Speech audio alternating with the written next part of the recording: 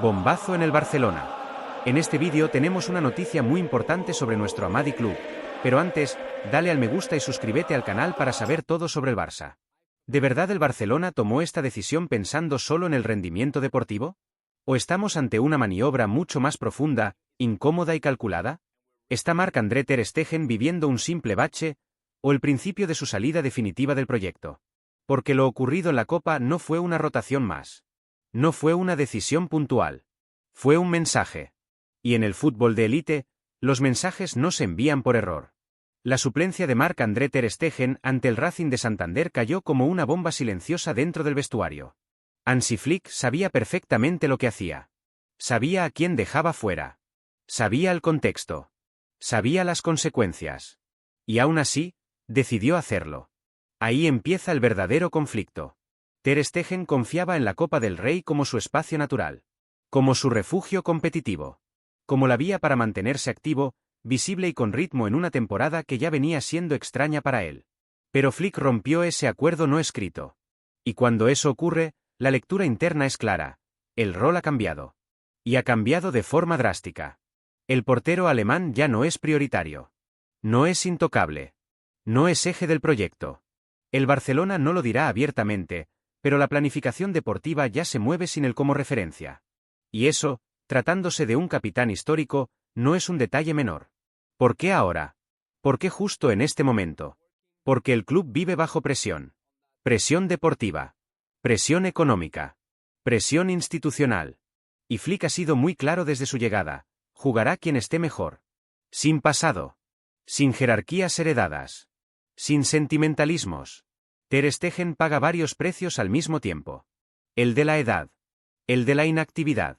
Y el de un contexto que ya no le es favorable.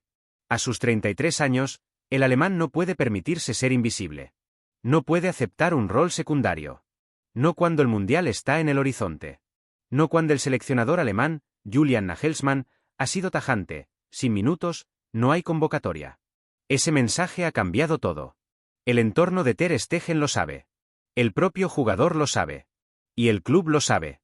Por eso, de repente, la palabra cesión deja de ser tabú y se convierte en solución. Aquí aparece el Girona. Y no aparece por casualidad. La opción del Girona encaja demasiado bien como para ser improvisada. Minutos garantizados. Competición en la liga. Estabilidad familiar. Continuidad sin salir del ecosistema futbolístico español. Todo lo que Ter Stegen necesita para salvar su gran objetivo personal. Y todo lo que el Barcelona necesita para aliviar una tensión creciente. El club está dispuesto a asumir hasta el 90% del salario. Un gesto que, leído entre líneas, confirma una realidad incómoda. El Barcelona prioriza desbloquear la situación antes que imponer condiciones. Flick no quiere un suplente de lujo incómodo. Quiere claridad. Desde Montilivi lo ven claro. Ter Stegen elevaría el nivel competitivo de inmediato. Aportaría liderazgo, experiencia y jerarquía en un tramo decisivo del curso. Para ellos es una oportunidad. Para el Barcelona, una salida ordenada. Pero la historia no acaba ahí. En paralelo, apareció el West Ham. Un club con urgencias. Con dinero. Con necesidad inmediata bajo palos. La Premier League veía en Ter Stegen una solución fiable. Y sin embargo, la respuesta fue no. Un no rotundo. No por lo deportivo. No por el proyecto. Por lo personal. El portero alemán no quiso romper su entorno familiar. No quiso alejarse de sus hijos. No quiso cambiar de vida en un momento tan sensible. Y esa decisión revela mucho más de lo que parece. Ter Stegen ya no piensa solo como jugador del Barcelona. Piensa como profesional gestionando el final de su carrera. Cada paso está medido. Cada movimiento tiene un objetivo claro: llegar al Mundial como titular. Y Flick lo ha entendido. Cuando el técnico afirma que su futuro es su decisión, está diciendo mucho más de lo que aparenta. Está abriendo la puerta. Está retirando presión. Está confirmando que el club no va a retener a un jugador sin protagonismo. La relación es correcta. Profesional. Pero fría. Y cuando la relación se enfría en el Barcelona, el desenlace suele estar escrito. El club ya trabaja pensando en un escenario sin Ter Stegen. No inmediato, quizá. Pero real. Muy real. La portería, durante años uno de los pilares del proyecto, entra ahora en una fase de transición silenciosa. Esta cesión, Si se concreta, no será un paréntesis inocente. Será una prueba. Para él. Para el club. Para todos. ¿Puede volver con fuerza y reclamar su sitio? ¿O estamos ante el primer paso hacia una salida definitiva? ¿Está el Barcelona protegiendo al jugador, o protegiéndose a sí mismo? Nada está cerrado. Pero todo se está moviendo. Y en el Barcelona, cuando las piezas empiezan a moverse así, es porque el cambio ya está en marcha. Ahora te pregunto a ti. ¿Crees que Ter Stegen debe salir para salvar su mundial? ¿Está Flick tomando la decisión correcta? ¿O el Barcelona se arriesga a perder algo más que un portero? Déjalo en los comentarios. Porque esta historia, claramente, todavía no ha dicho su última palabra. ¿Cuándo un jugador pasa de ser intocable a convertirse en prescindible sin que nadie lo anuncie oficialmente? ¿En qué punto un símbolo defensivo deja de representar seguridad y empieza a generar dudas? Y, sobre todo, ¿por qué el nombre de Ronald Araujo ya no provoca consenso dentro del Barcelona? Porque lo que está ocurriendo con el central uruguayo no es una cuestión aislada ni coyuntural. No se trata de un mal partido ni de una lesión puntual. Estamos ante un cambio profundo de percepción.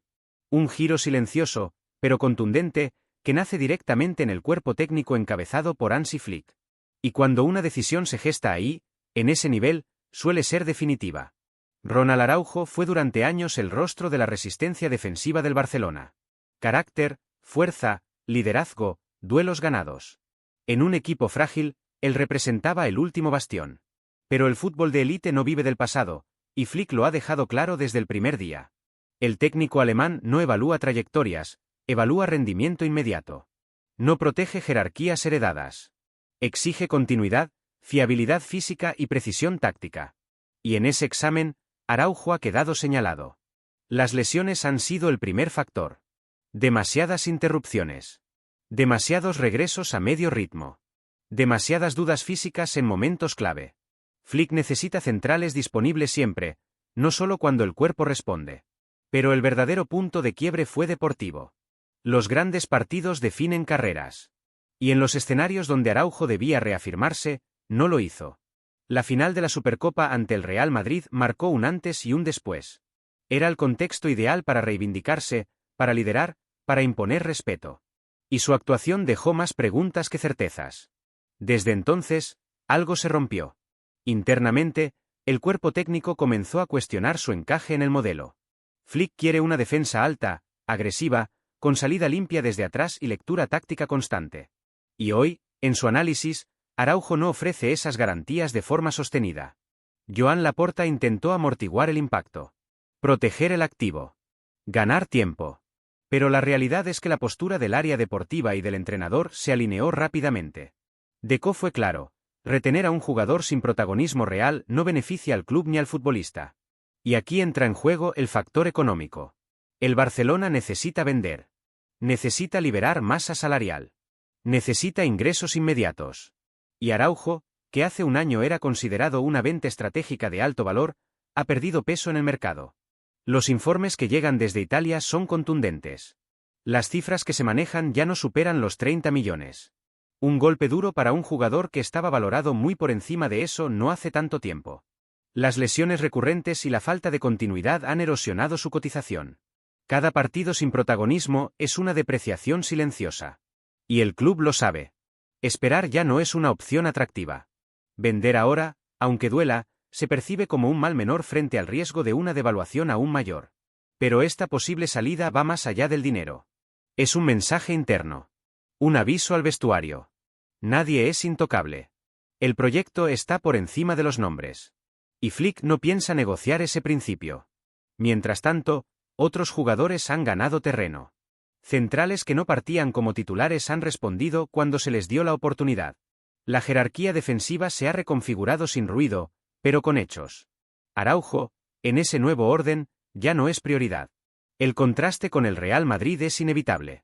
Allí se protege a sus centrales incluso en momentos de duda. Se confía en los líderes. En Barcelona, la lógica es distinta.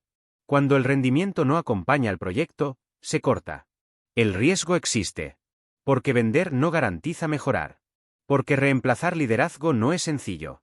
Porque acertar en el mercado con poco margen económico es una obligación, no una opción. Pero la decisión parece tomada. Ronald Araujo se acerca al final de su etapa en el Barcelona. No por falta de entrega. No por ausencia de talento. Sino porque el proyecto ha cambiado de rumbo y exige un perfil distinto. Ahora la pregunta es inevitable. ¿Está Hansi Flick actuando con frialdad necesaria o con dureza excesiva? ¿Es este el momento correcto para desprenderse de Araujo? ¿O el club se arriesga a perder a un central que todavía podría ser decisivo? El debate está abierto. Y el desenlace, cada vez más cerca. ¿En qué momento una promesa deja de ser futuro y pasa a ser simplemente una cifra en una hoja de cálculo? ¿En qué punto la formación deja de ser prioridad y se convierte en moneda de cambio? Y, sobre todo, ¿qué está revelando realmente la salida de Mamadou Mbacké sobre el estado interno del Barcelona? Porque la marcha de Mamadou Mbacké no es una operación menor. No es un simple movimiento de mercado. Es una decisión que habla más del club que del jugador. Y eso, en un equipo que presume de cantera, debería encender más alarmas de las que se están reconociendo públicamente. Mamadou Mbacké abandona el Barcelona en pleno mercado invernal. Y lo hace sin ruido, sin despedidas solemnes y casi sin explicación. Una salida que, oficialmente, se presenta como inevitable. Pero que, analizada en profundidad, deja demasiadas preguntas sin respuesta. La ausencia del central senegalés en la última convocatoria del filial no fue casual. No fue una rotación. No fue una decisión técnica puntual. Fue una señal. Una señal clara para quien sabe leer los códigos internos del club. Cuando un jugador importante desaparece de una lista sin previo aviso, algo ya está decidido. Horas después, el mensaje fue evidente. Mbacké está fuera. Y el Barcelona pierde a otro defensor formado y consolidado justo cuando más hablaba de reconstrucción y paciencia. Durante esta temporada, Mamadou Mbacké no era un nombre más en el filial. Era liderazgo. Era continuidad. Era jerarquía. Formaba una pareja defensiva sólida y fiable. Era una referencia constante para el entrenador. Un jugador que había superado lesiones, dudas y momentos complicados para, por fin, asentarse. Justo cuando parecía listo para el siguiente paso, el club decidió cerrar la puerta. ¿Por qué ahora? La respuesta oficial se refugia en el contrato. Finaliza en junio. No hay renovación prevista. El club no quiere repetir errores del pasado. No quiere perder activos sin ingreso económico. Un discurso comprensible. Ordenado. Frío. Pero incompleto. Porque si un jugador se consolida, rinde y crece, la renovación se negocia. Y si no se negocia, es porque el club ya no cree en ese techo. O porque la urgencia económica pesa más que el proyecto deportivo. Y ahí aparece el verdadero conflicto. El Barcelona necesita ingresos. Necesita equilibrar cuentas. Necesita tomar decisiones que no siempre coinciden con el discurso público de confianza en la cantera. Y Mamadou Mbacké se convierte, de pronto, en oportunidad de mercado. De pieza clave a activo transferible. De referente defensivo a operación estratégica. El defensor había llegado desde el fútbol estadounidense por una inversión considerable para el filial. El objetivo era desarrollarlo. Potenciarlo. Evaluarlo. Y ahora, antes de perderlo gratis, se opta por vender. Desde hace semanas, el destino estaba claro. El fútbol norteamericano volvía a aparecer en el horizonte. El interés era firme. Persistente. Y finalmente, el St. Louis City dio el paso definitivo. El acuerdo está prácticamente cerrado. Revisión médica superada. Anuncio pendiente. Todo rápido. Todo silencioso. Todo decidido. Para el club norteamericano, la apuesta es lógica. Un central joven, fuerte, con experiencia en dos contextos distintos y margen de crecimiento. Para el jugador, la decisión también tiene sentido. Continuidad. Protagonismo. Un nuevo inicio lejos de la presión constante de una cantera que exige, pero no siempre espera. Para el Barcelona, en cambio, el impacto es más complejo. En lo deportivo, el filial pierde a uno de sus hombres más fiables en plena temporada. Obliga a reajustes. A acelerar procesos. A exigir más a jugadores que quizá todavía no están listos. En lo institucional, el mensaje es claro.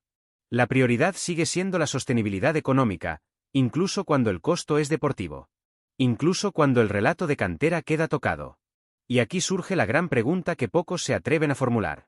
¿Está el Barcelona formando jugadores para el primer equipo, o para venderlos antes de que lleguen?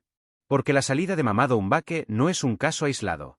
Se suma a otras marchas recientes. A decisiones que responden más a la urgencia que a la planificación a largo plazo. A un modelo que sigue buscando equilibrio entre identidad y supervivencia. El crecimiento de Mbappé queda truncado en Barcelona. No por falta de talento. No por falta de rendimiento. Sino por contexto. Por momento. Por necesidad. Ahora inicia una nueva etapa lejos del foco mediático, buscando estabilidad y continuidad.